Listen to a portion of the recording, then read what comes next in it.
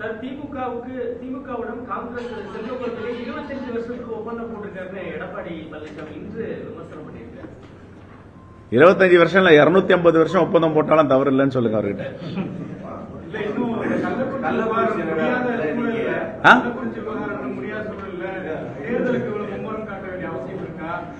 நாங்க தேர்தலை பத்தியே பேசல, எங்க பேசுறோம்? ஏங்க ஒரு நிமிஷம், இத நாங்களோ திராவிட முன்னேற்ற கழகமோ அறிவிக்கல, தேர்தல் ஆணையம் அறிவிச்சிருக்கு. இது ஒரு ஜனநாயக கடமை. இந்த ஜனநாயக கடமை ஒரு பக்கம் நடந்துட்டு இருக்கு. அதற்காக நாங்க இது கள்ளக்குறிச்சி உடைய நிகழ்ச்சியை கடந்து போயிடல. காங்கிரஸ் பேரியக்கம் உன்னிப்பாக கவனித்துக் கொண்டிருக்குது. அந்த பாதிக்கப்பட்ட குழந்தைகளுக்கெல்லாம் அந்த குழந்தைகளை காங்கிரஸ் பேரியக்கம் கல்வியுடைய முழு செலவையும் ஏற்கும் என்று முதலாக கள்ளக்குறிச்சியிலே நாங்கள் அறிவித்திருக்கோம். அதுல இருந்து எங்க விலகி வந்திருக்கோம்?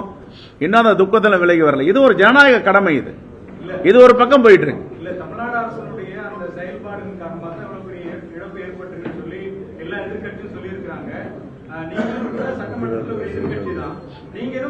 இல்ல நான் கேட்கிறேன், நாங்க தொடர்ந்து கள்ளக்குறிச்சியில் பாதிக்கப்பட்ட மக்கள் இதை யாரும் நியாயப்படுத்தலையாங்க. இப்போ அங்கேயே போராட்டம் நடத்திட்டு தானே வந்திருக்கோம்.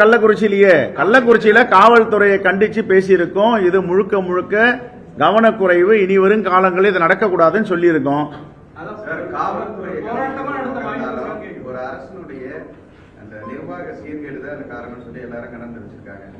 இப்போ மாண்புமிகு முதலமைச்சர் அவர்கள் பதில் உரையில நேற்றுக்கு ஒத்திவைப்பு தீர்மானத்தில் அவங்க அமைச்சர்கள் பத்திரிகையாளர் சந்திக்கும் போதெல்லாம் இது யாருமே ஜஸ்டிஃபை பண்ணல.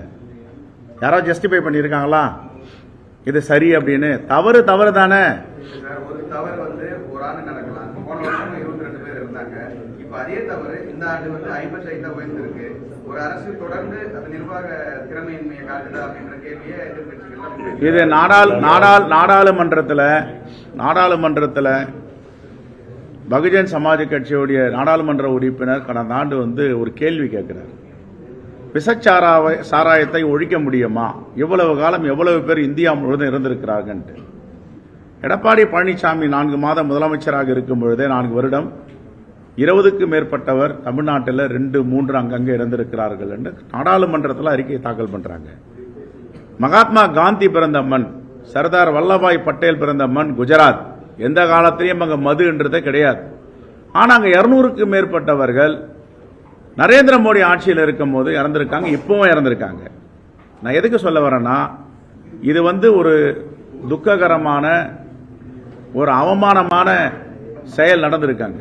நம்ம எல்லாம் வெட்கப்படுறோம், தமிழர்கள் இப்படி கொத்து கொத்தாக இறந்து போறதற்கு. அது வேற.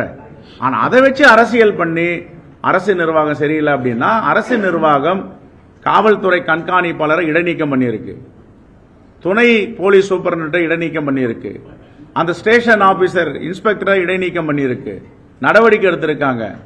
உடனே உள்துறை செயலாளர் டிஜிபியை வச்சு ஒரு கமிஷன் போட்டு 3 நாள் அறிக்கை கொடுக்கணும்னு சொல்லியிருக்காங்க. எல்லோரும் அங்க இருக்காங்க. இது இல்லாம நீதி விசாரணை வேணும்னு மீதிலாம் முன்னாடி ஒரு காலத்தில் நாங்கள் நீதி விசாரணை வேணும் காதலியே வாங்க மாட்டாங்க. யாரும் கேட்காத முன்னாடியே மாண்பு முதலமைச்சர் நீதி விசாரணை போட்டிருக்காரு. நீதி விசாரணை நீதி அரசர் நேற்றுக்கு போய் தொடங்கிட்டாரு. இந்த உண்மையெல்லாம் வெளியே வரப்போகுது. திருப்பி சொல்றேன், இதை யாரும் கடந்து போக முடியாது, இதை யாரும் ஜஸ்டிஃபை பண்ண முடியாது. தவறு தான். தலைகுனிந்து தான் இருக்கிறோம். இப்படிப்பட்ட அவமானங்கள் கிராமங்களில் நடக்கின்றன, அது வேற.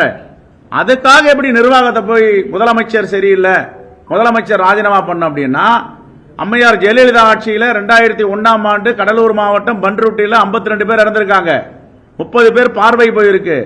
அதே ஆண்டுல கொரட்டூர் ரெட்டில்ஸ் பக்கத்தில் நடந்திருக்கு, அம்பத்தூரில் நடந்திருக்கு. நடக்காம இல்ல. அதுக்காக யாராவது ஜெயலலிதா அம்மையார் ராஜினாமா பண்ணணும்னு கேட்டாங்களா? இல்ல அவங்க தான் ராஜினாமா பண்ணிட்டாங்களா? நான் என்ன சொல்றேன், ஒரு துக்கமான செய்தியை, ஒரு மிகப்பெரிய இழப்பு நமக்கு ஏற்பட்டிருக்கு. இதை போய் அரசியலாக்கிட்டு இது வரட்டும், விசாரணையெல்லாம் வந்த பேரு நம்ம ஆரம்பரம் உட்காந்து நம்ம கேட்போம்.